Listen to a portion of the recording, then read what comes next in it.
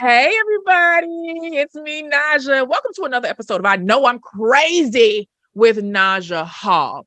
We have an amazing guest here today. And I know you guys are like, Naja, you say that every other Tuesday. You say, well, damn it, I mean it. And today, Lisa Sonni is here, and it's no different. So let me tell you a little bit. Well, no, before I start telling you about Lisa, let me tell you how we met. So you guys know I have like a couple of different social media platforms. Some are for people in blended families, some are for stepmoms, some are people who just love weaving makeup. You know, I talk about all the things online. And I met Lisa on my stepmom page. And as Lisa just finished saying, we were talking before we recorded. Lisa was like, man, Naja, me and you are supposed to hate each other. Like we're on completely different opposite sides of the field. You know, Naja's a stepmom, and Lisa, I can't even call her a bitter mom because she is not. This is about to be a healing conversation from a healed person, but she is able to speak to us from a pain place in her experiences. So that's not even her bio. Let me just read you guys her bio so you can see how amazing this person is. Lisa is a survivor of domestic assault and narcissistic abuse. Her firsthand experience has led her to exactly where she is today, a certified life and relationship coach who helps clients of all genders and from all walks of life overcome challenges stemming from traumatic partnerships. She specializes in overcoming trauma bonds and helping individuals heal from the pain while building unshakable self-love. Lisa is the author of the Trauma Bond Recovery Journal, the Self-Love Reflection Journal, and the Trauma Bond Recovery Course, a 12-week online course that guides you through the exact steps to break free from those abusive cycles. And you all know what? Let me pay some bills real quick. Right after this dance break, Lisa is about to come here and teach us about all of the things. I know I'm crazy. I know I'm crazy. I know I'm crazy. I know I'm crazy. Naja Hall. Lisa Sonni. Hey, girl. Hey. Hey, how are you? I am fangirling out first and foremost because, you know, like, y'all, Lisa, how many followers do you have on TikTok? I mean, who's counting? But Lisa, do you have like hundreds and hundreds and hundreds of thousands? Like, you have 536,000. But who's counting, right? Who's counting? Lisa, you're TikTok famous. Okay. I did not start this account to become TikTok anything. I just was documenting my own process of divorcing a narcissist, and the rest is history. Here we are. So I had, you know, obviously I have all the same questions. I've watched every video on Lisa's page, and guys, all of her links are going to be down below. So if you're listening to this and you just scroll down below, I want you to go and look at her pages and these links as we're speaking. But for those of us that aren't familiar with what happened and the true backstory, first of all, Lisa, everybody says that they've divorced a narcissist. Everybody says my ex is crazy and this and that. How do you know that you actually divorced a narcissist? You know what? I have a very strong opinion on this, and it's a very good question. Okay. Mostly the answer is it doesn't actually matter. You think you're divorcing a narcissist because what you are doing is divorcing an abuser. And so the title, the label narcissist doesn't matter. However, on that note, when people say I'm divorcing a narcissist, my ex is a narcissist, they're not diagnosing someone with narcissistic personality disorder. What they're saying is your behavior aligns with someone who has narcissistic personality disorder. So it's sort of like if it walks like a duck and it quacks like a duck, it's a duck. So stick a fork in it and it tastes like a duck. It's a duck. That's just that simple. So I don't believe that the word is really overused. I think that people are using it in a context of describing a set of traits and describing a set of behaviors. They may or may not be an actual narcissist. Narcissism exists on a spectrum. So they're probably talking about someone who's highly narcissistic. Narcissist. You know, so you have a major platform. And I always like to ask the people, because you're talking about something that's very you're being so vulnerable about a pain point in your life that involves a pain that someone else created. I have to ask, how does that other person respond to your massive platform and your following and the fact that you're saying, hey, I was married to a narc?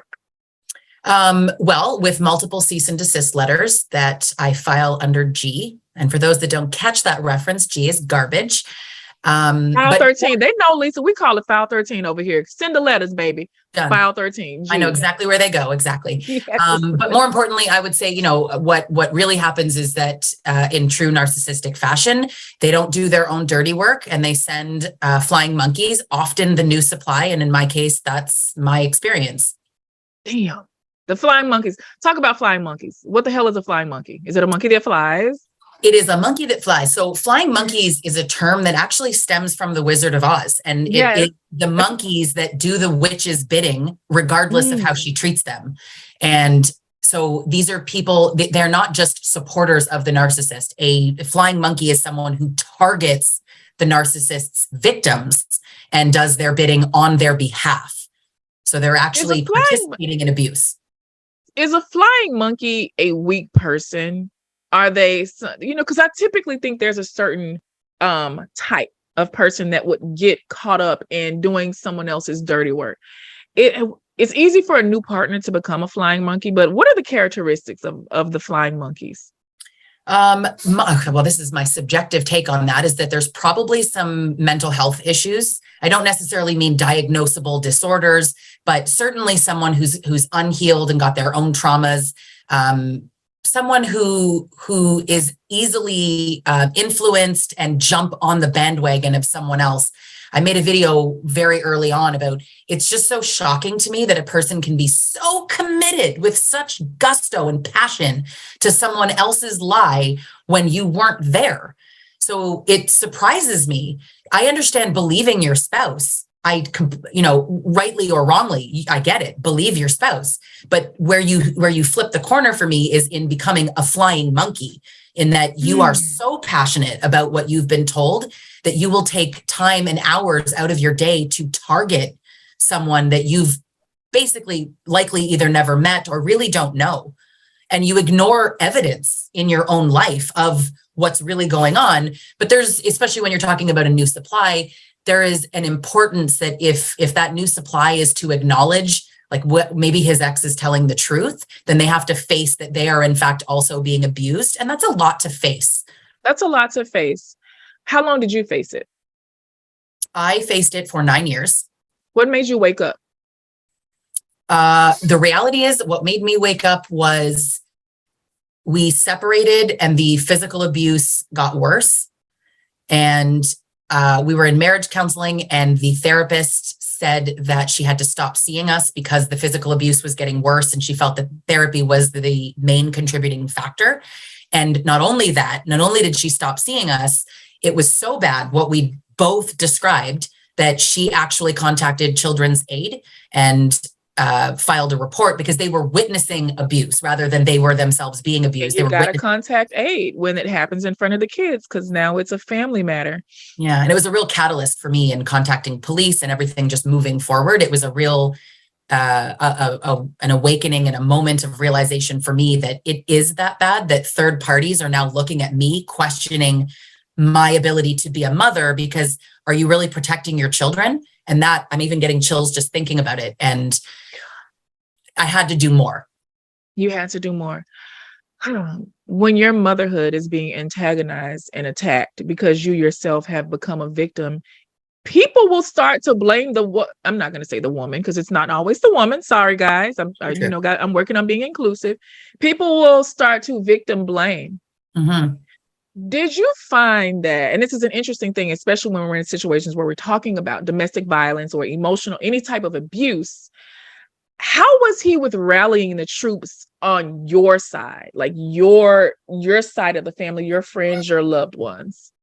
So narcissists have a very good ability to do that. Having said that, I was quite lucky that his attempts were complete failures. He couldn't even rally his own friends.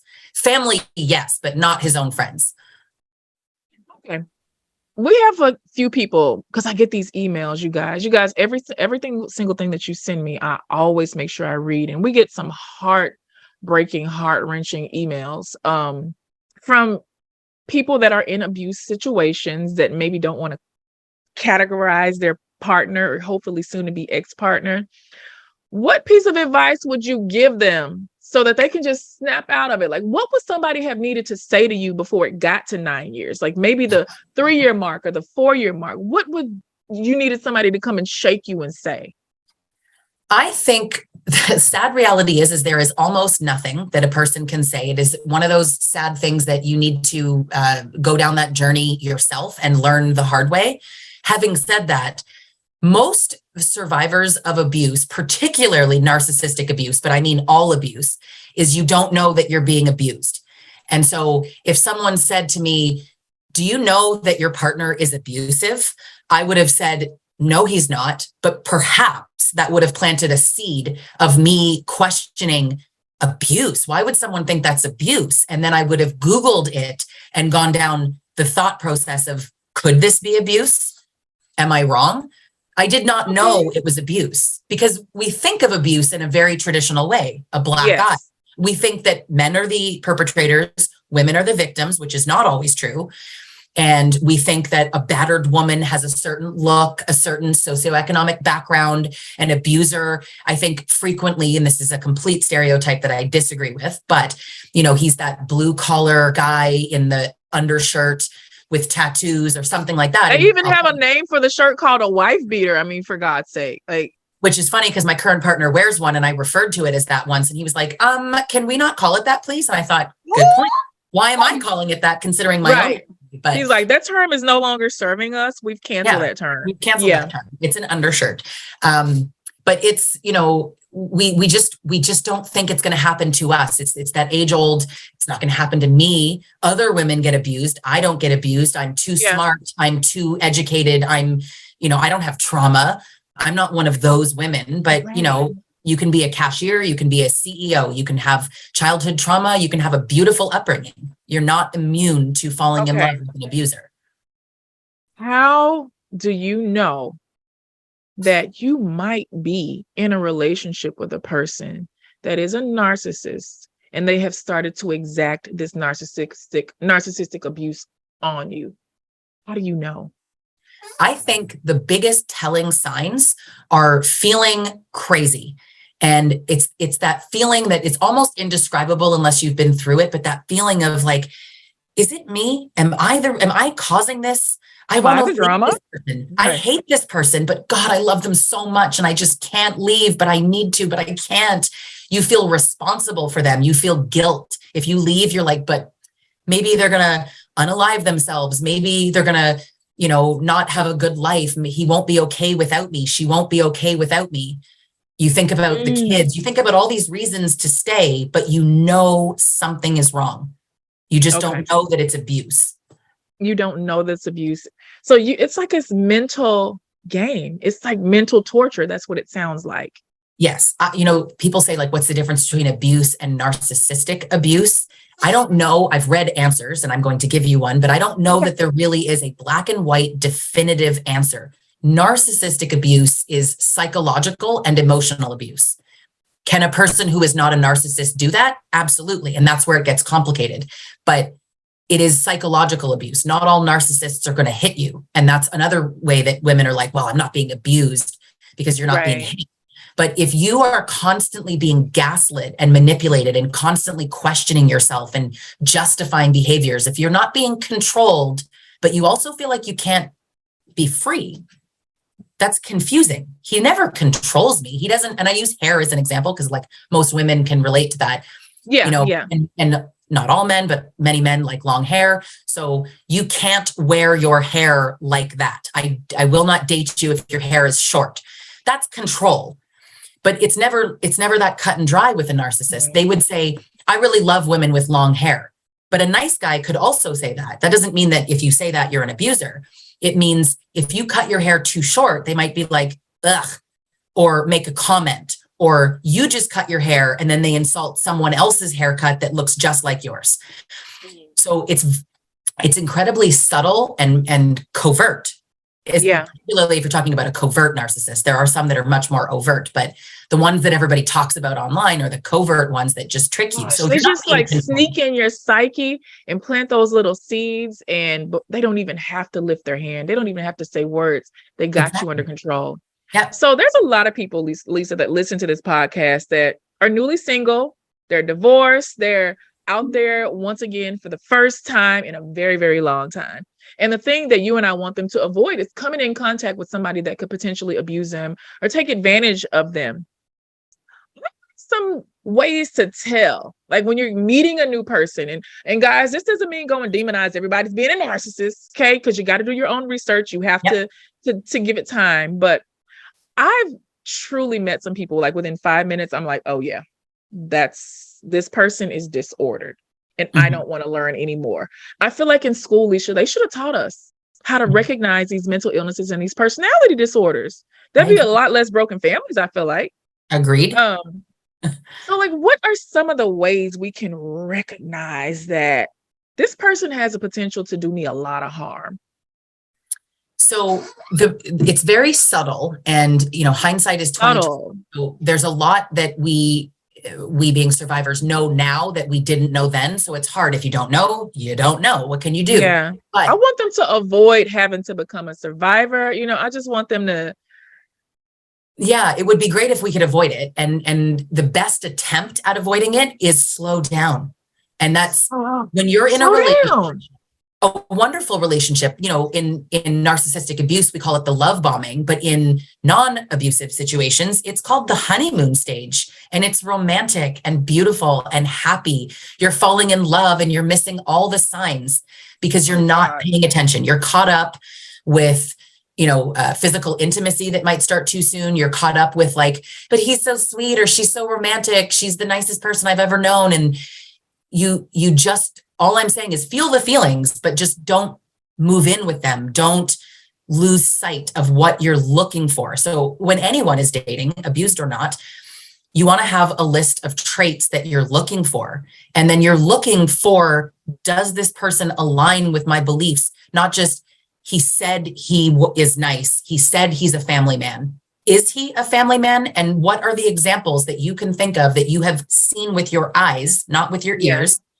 that demonstrate that they are, in fact, a family man, just as that example? Because, oh yeah, I'm really close with my mom, or you. But you've never seen mom. You've never seen him even call mom. Yeah, it's like, oh, I just talked to my mom. I'm not saying assume everyone's a liar. I'm just saying like wait for evidence of things. And I as a survivor, I understand the paranoia that can set in when you're dating, like what if? And the sad reality is that if you have been in an abusive relationship. Does your partner share kids with a loony? Are your stepkids driving you up a wall? Is your partner failing miserably at setting boundaries? Well, VIP Stepmom is where you need to be. We're an exclusive private community just for stepmoms, and we'd love for you to join our tribe. Each month, our members enjoy private conversations, podcasts, expert workshops, a subscription to Stepmom Magazine, and monthly live Zoom meetings. If you're ready to join a diverse community that is committed to making sure you live your best life, visit VIP Stepmom today. We'll save a seat for you. VIP Stepmoms, that's you and me. You have like an 80-something% chance of doing it again if you have not done the work. But the work includes like, what are my unmet needs? Because the narcissist, when they met you, they served those unmet needs. And it's all the unconscious. You don't always know what they are. So you need to do that inner child work and think about what you wanted and how easy it might be for someone to just offer that to you on a silver platter when it's actually a myth sitting in front of you. Yeah. Okay. You just said about, where are you from? Did I? I'm Canadian. Like, are you in Canada right now? Because I'm like, Canada. Yeah. Okay. I am what we call GTA based, Greater Toronto Area in Ontario. So yeah. Okay. I was like, yeah, Lisa, I don't know how I didn't know that you were Canadian, but I heard that about. Sounds familiar. Yep. Okay. So then back on topic. Let's talk about co-parenting, Lisa, because you spend a lot of time helping people through these very tumultuous situations over on your page and your books and your platforms. Let's talk about how in the hell are you supposed to try to raise a well-rounded, happy, healthy individual, human being, with someone who you know is anything but. Okay, that's a too general of a question. First question, you send your kids to be with not Lisa, guys, not Lisa per se. This is her giving advice. Yeah. But how is a parent to send their child over when they know that their co-parent is a harmful person? So I typically answer that question in the context of emotionally harmful, because physically harmful is a completely different answer, right? If they're physically abusive, the system responds to physical abuse, Yeah. not emotional abuse. Exactly. And so the system will help you in that case. But since narcissistic abuse is typically emotional abuse, focusing on that, how do you send your children over? I made a video on this, and who would have thought it was incredibly controversial? And in fact, it might have been the one that introduced us. Okay. When we talk about, co-parenting, and I'll just use 50-50 as the example. I know it could be a different percentage, but when you're sharing custody in whatever percentage, how as a parent, man or woman, do you send your child over knowing that there is emotional abuse taking place and manipulation? The age of the kids plays a huge factor in it. But ultimately, what you need to do is realize that when you were in that relationship, 100% of the child's time, they were exposed to emotional abuse, even just witnessing your emotional abuse or receiving it, but it's around them. And when you leave, I'm going to use 50-50 as the example, 50% of the time, they're still seeing emotional abuse, but 50% of the time, they are seeing a happy, healthy parent.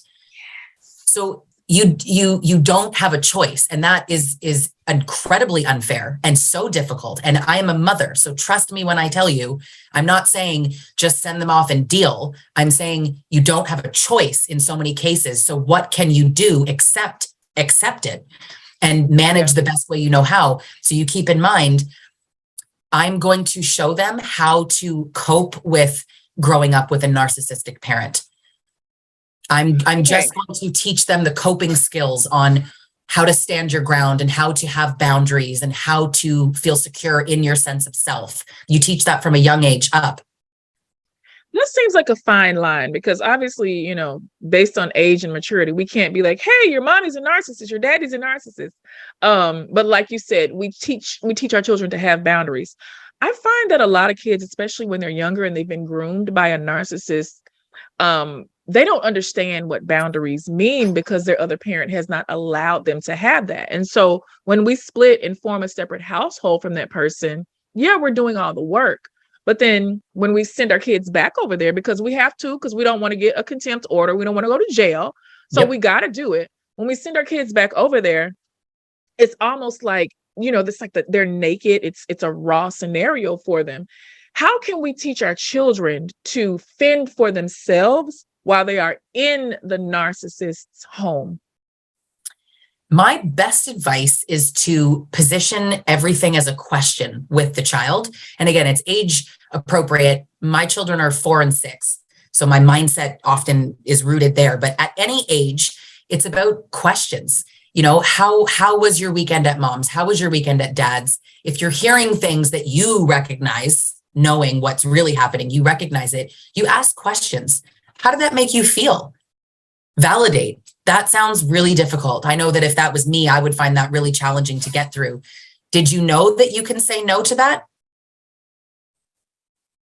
Not that you're saying no. Did you know that you don't have to participate in that activity? As opposed to like, I don't know why your dad's trying to force you. Right. It's not about dad. It's about you. Did you know that you have the choice? You don't have to do that. You don't have to feel that way.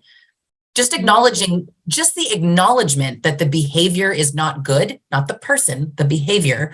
The child is like, oh, I can say no to that. I can say no. It took me into my 20s to be like, oh, you could say no to your parents. There's a lot of us that are raised just thinking, do as I say, not as I do. So then what happens when you start to notice that the child is picking up on some of these tendencies of their imbalanced or unhealthy parent and they're displaying them? What's the best course of action for a parent out there that's like, oh my God, Lisa, I'm starting to see some of their mama in them or some of their daddy. What the heck do I do? It's terrifying. So first and foremost, narcissism is sort of, let's say, solidified around the age of 18, meaning at that point, there's nothing more you can do. It's set, assuming the disorder. But essentially what we're talking about, the underneath it all is empathy and accountability. Those are the two kind of main things that narcissism avoids. And so if you start to see, I don't know, manipulation or a little bit of gaslighting or a lack of empathy, a lack of accountability, it is about having conversations. Like, I noticed that I asked you to clean your room a million times and you're not doing it. Now, maybe they're being incredibly rude and dismissive about it or saying they did it when they didn't. Some of that's normal teenage stuff. Maybe that's not a good example. But when you start to see some of that behavior or rudeness or, just a lack of accountability, you might say, I'm noticing a lack of accountability in our home. And let's turn on the accountability button. And let's talk about that. What does accountability look like to you? What does that mean to you? And again, it's questions. You're asking questions. You're starting a conversation because kids don't want to hear their parents talk about anything and lecture them. So if you make it more conversational, more filled with questions, then they're telling you and they're giving you feedback. Well, I think accountability is this, or just like, I don't want to hear this, Mom. I am accountable. Yeah, but let's talk about what it is. Let's talk about what accountability looks like. What are behaviors that demonstrate your accountability, that demonstrate your empathy? Survivors of abuse, particularly with younger kids, such as myself, we're constantly looking at our kids. And as soon as a child displays a lack of empathy, we're like, they're just like their parent. Oh my God. But let me tell you something interesting. Narcissists are emotionally stunted as children. So they're behaving like children. So and remember that, because when you see your children acting like a narcissist, remember, no, the narcissist is acting like a child. So you can teach this. Empathy is taught. And that's the problem is with narcissists, they are not taught it at a young age. And then it's not possible to be taught later, which is a whole clinical psychologist should be the person explaining that. But it is to do they've been on this website and they have all sorts of different, I'm sorry, I said website. They've been all over this podcast so many times and they all have different opinions. Some people say it's curable. Some people, it's just, we've heard the gamut, guys, haven't we? But very rarely do we get to hear from a survivor, a thriver, someone that has said, that's no longer a part of my life. And now I'm making this my mission to teach.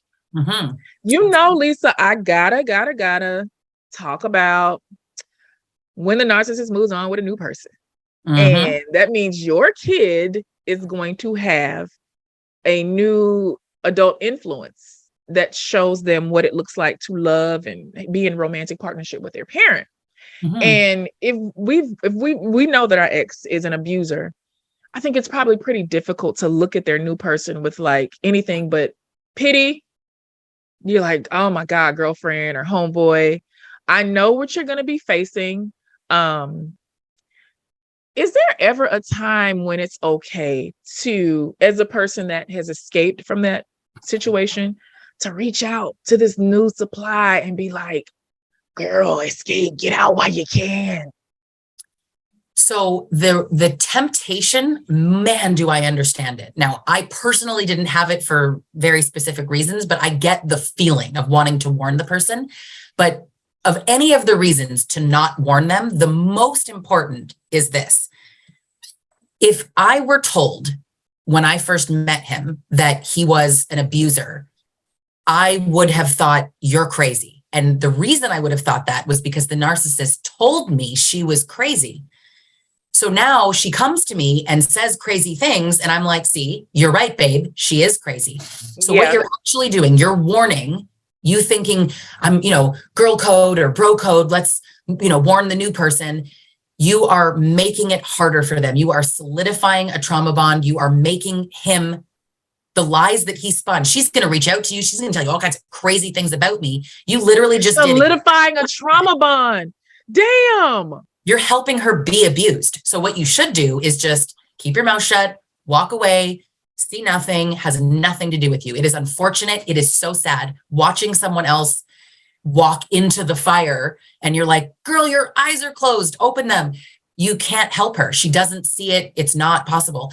Narcissists kind of feel it on her own. They triangulate, right? They need to build this story of, well, I only treat you this way because my ex was crazy. And so I'm damaged because of her. So now I don't trust women. Meanwhile, he never trusted women. Meanwhile, he was always abusive, but he will pin it on you.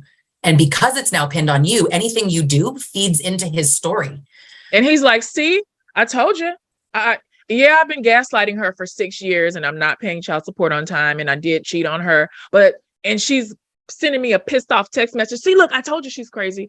And so let's talk about trauma bonds, because a light bulb just went off on my head. It's like, and guys, I hate to be general, but men do get carded as being the people that are diagnosed over women with a narcissistic personality disorder. We don't know if it's because they're actually going to see therapy. Like, we don't know I don't know why, but I know it's okay. What's the theory? Let's go. Yeah. Let's talk about that real quick before I ask my next question. Oh, okay. So my theory, because let's use statistics, which I will, as I say the statistics, will acknowledge that I don't necessarily believe that they're entirely true, but statistically speaking, 1% of people are diagnosed, but experts believe between 5 and 15% are undiagnosed actual narcissists. So let's go real. I believe that. I believe it too. But let's go 5%. Let's say it's about 5%. That's 1 in 20 people. But of the people, approximately 8% of that are men, and something like 4.5% are women. The reason I think is because men's narcissism presents a little bit differently. Yeah. Women are less likely to be assumed that way. And it has a lot to do with feminism and the patriarchy and the expectations. So there's a lot that like feeds into that. I don't know that men are more narcissistic. I know that the statistics say that. Because I know a whole bunch of us out here that would disagree. I'm like, yeah, I believe it's probably even if I do believe it's probably even, but if it isn't, it's probably rooted in the patriarchy. But yeah. I forgot my next question though. I had a really good trauma bonds. So I want to talk about trauma bonds because something that you said.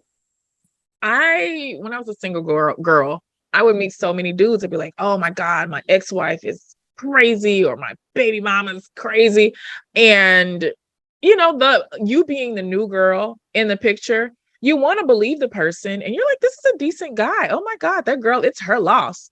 And a lot of us don't realize that this man did spend years gaslighting this woman. He's treated her like the worst kind of human. He is intentionally, sometimes in some cases, made her a single mother only with the intention of leaving her down and out.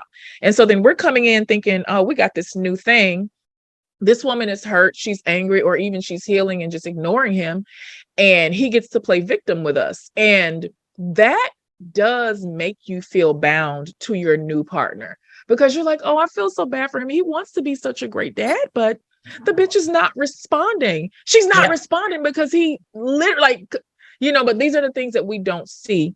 And that really does help the trauma bond. Let's talk about the trauma bonds and what they mean and what they look like. And how do we know if that's a big portion of our own current relationships?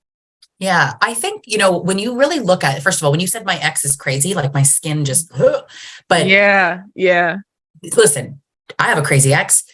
Here we are, but I don't lead with that. Do you know what I mean? Like, I don't meet someone and go, oh my God, my ex is crazy. That comes out naturally through evidence, but to me, that's a huge red flag when someone says that right off the bat. Mm-hmm. But if you find yourself in a relationship with someone who seems too good to be true, he's amazing, and his ex is crazy, just think about how different those two perspectives are. I'm not saying break up with him. I'm saying take a deep breath, pause, and start looking, because there's a possibility that he is an abuser, because there is a possibility that she's telling the truth, and there is a possibility that she's a lunatic. And I get that. I'm just saying, be open to the idea that his ex-wife or her ex-husband is in fact a narcissist or an abuser or crazy. Mm-hmm. Mm-hmm. But also be open to the idea that your person is the one that drove them there, or they're just pissed off because this person set boundaries and has moved on with their damn lives and they want to demonize them. I love what you said in the beginning. I think a lot of us fall into victim mode, because if a person is truly narcissistic, or they present a lot of those traits, they do seem like a knight in shining armor. They do seem like the best woman that you've ever come across in your life. Like, oh my God, she's loving and she's nurturing and she listens to everything. Honey, she's trying to gather evidence, dummy. She's trying to find out what you like and what you need so she can go in for the kill. Yep. We see that so much, and it happens so much. I want to talk about your workbooks and your journals, because you're hashing them out. And I personally love workbooks and journals. Why did you choose to that as opposed to writing like a novel, or, why did you do that? And then tell us about the workbooks and journals. So I chose that rather than a novel because the novel would be based on real life, and real life is not something that I'm at liberty to discuss in detail. But really, I'll tell you, I started this because I did not know that I was being abused. I did not know that there was such a thing as a trauma bond. And even when I learned what it was, I didn't know how to break it. And listen, we all go on Google and TikTok and YouTube, and maybe we can afford therapy, maybe we can't, but you don't have all the resources, and everyone's saying different things. So, let's cut through it. How do you break it? How do you get out of these relationships? And my brain just works this way, where I'm like, what's step one? Because again, there's so much conflicting information. And it was just me writing down what my own steps needed to be. And then I was like, this is interesting. Other people don't seem to know, based on me just having started a TikTok account, not a business. And other people also don't seem to know. So I was really just documenting how to, and I knew that it started with reflection. So a journal made sense to me, that it was 12 weeks. And honestly, I sat in my bedroom one day and I said, okay, well, I wrote down 12 steps. So there's 12 steps, and I can do that over 12 step every week. Yeah. 5 questions per week, because you don't want to journal 7 days a week, or you probably won't anyway. So 2 days off, 5 questions, just basic. And it doesn't mean that you break it in 12 weeks, but in 12 weeks, you will learn how to break it. Healing is different for everyone, but it takes you through, the main 3 topics are education, but not just what is a trauma bond, but like, why are they so hard to break? And why did you find yourself in one? What is it about you?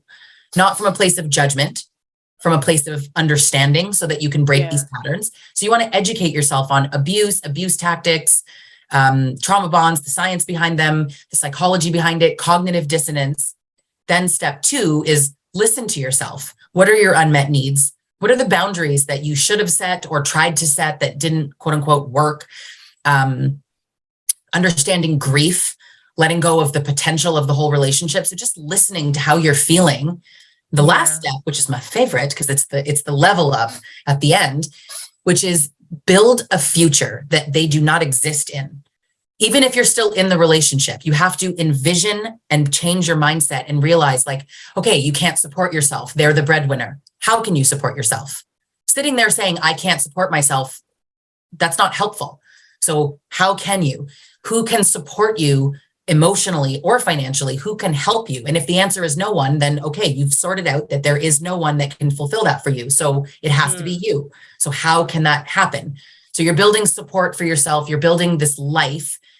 For me, it started with like, I wasn't ready to file for divorce. That was like cutting off my arm. But could I just make a phone call to a lawyer and just ask some questions? Not retain one? Can I just find out how much it costs to rent an apartment instead of rent one? Let's just do some research. Those steps, little steps. Those steps kind of make it real too. You're like, okay, so it does. Like it brings up it's like, okay, you have the audacity of thinking these things are possible. Yeah. But you need to think that. You need to stop being like, I'm scared. I'm in a trauma bond. I'm stuck. You feel stuck. You're not stuck. You think you're stuck. You can change that. I love him. No, I think I'm in love with him. I can't leave. No, you feel like you can't leave, but you're learning how to leave. You're learning how to be a little bit kinder to yourself. You don't know how yet. You can't leave yet. We can't all just leave tomorrow. And when people say just leave, I mean, man, does that bug me, because most of us can't. Yeah. Because a question ruin us to not be able to. So one of our favorite guests on this podcast is Judge Anthony Bumpiani. Anthony, he is just like, he's been my homie for so long now, years at this point. And, former judge, right? A person that has heard both sides and he himself has experienced the other side of the family court system, just and with his own personal situation, you have done that as well. And one thing I always, and people that listen to this podcast, a lot of us are actively in court right now, trying to get these strangers to believe that our ex is harmful. Are there any pieces of advice that you can give to a person that has to face that narcissist in court, or, they're still in family court, they're undergoing divorce, or they're trying to fight for contempt, or just whatever? We know narcissists will lie through the skin of their teeth seamlessly and believably, but what can we do to defend ourselves against that? Well, actually, my answer would be don't defend yourself. Okay, explain. So we think we need to defend ourselves when we often don't. So the person making the accusation has to prove that it's true. You do not have to prove that it isn't true. And that's true in Canada and the US in family court. Yes. You're going to make an accusation, show me the receipts. Mm-hmm. Mm-hmm. You get so caught up, and that's a distraction tactic used by narcissists to make you be like, I'm a good mother and here I can prove it. I did this and I did this, and no, you don't need to say that. You don't need to do that. We get so emotional. So obviously I would recommend to anyone to have a great lawyer, but the reality is lawyers are super expensive, and it's not always. Not every lawyer is great either. I mean, but interview, even if you can afford a lawyer, interview your lawyer. And, lawyers hate talking about narcissistic abuse. They're always like, yeah, okay, I know, I heard, yeah. But you need to find someone who's not just like, no, like this is a domestic violence situation. I don't use the word narcissism in family court. That's ridiculous. Right. But you want to show behaviors and with evidence, as in dates and times of specific circumstances that have negatively impacted the co-parenting relationship or the children. Boom. It doesn't matter that you were abused. And that's a tough pill to swallow, because my abuse is very important to me, but it is not important to Judge Anthony, who I love. But in his role in family court, it is not for him to feel for me. He is there to facilitate an arrangement for the children. And so it is up to me to demonstrate that it would not be healthy for my children due to these examples. So don't defend yourself. Don't get emotional. And it is the most emotional thing in the world. You're fighting for your children. You're fighting for your life. And I say, don't get emotional. But you have to take a deep breath and find a way to push through, and always look at, I'm doing this for my children. You want to post on social media that your ex is a narcissist? He can take that to court and use it against you. Don't do that. He's 100% going to do that. But you get all like, well, you can't silence me. See how you're focused on you? It's not about you. Do you want to tell your story, or do you want to have custody of your children? What's more important to you? And everyone would answer, well, my children. Right. So shush. Right. Don't slander your ex. And I get it. I mean, and literally look at my platform, but my platform is rooted in my reality, but I'm also deliberately vague, and truly not all the stories are my specific examples. Your platform is very much a teaching platform. It's a solution-based teaching platform. So anybody that looks at it can tell, like, hey, this woman has taken her experiences and turned it into something massively great.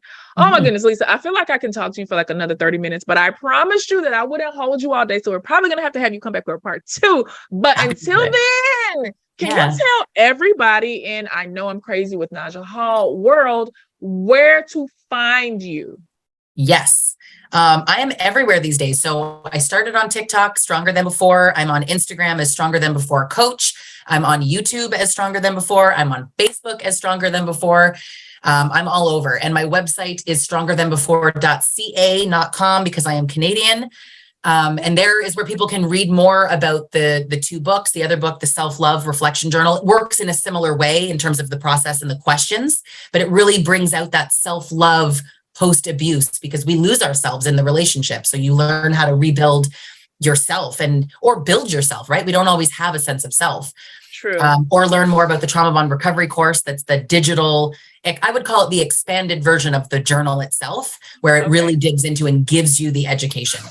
So you can kind of do them both then together. Like you can do the course and do the journal. The course and the journal works really well together. It's not mandatory to do together, but it is excellent. Sounds like we should get them both together, guys. And listen, let me tell you guys this. You all know when you listen to this podcast, I don't care when you listen to it, where you're at, I want you to stop what you're doing and go to Stronger Than Before. And I love the fact that all of your brands have the same name. Like, I'm such a hot mess. My stuff is like all over the place. But Lisa has made herself very easy to find for us, guys. So when you go, you listen to this, make sure you tell her that you heard her here. And now Lisa is officially inducted into the I Know I'm Crazy Hall of Fame, because she is crazy just like the rest of us. Yep. I am Naja Hall. I am your host, and I will see you guys every other Tuesday. I Know I'm Crazy with Naja Hall. Please listen everywhere your favorite podcasts are streamed. I'll see you next time. I know I'm crazy. I know I'm crazy. I know I'm crazy. I know I'm crazy. Naja Hall.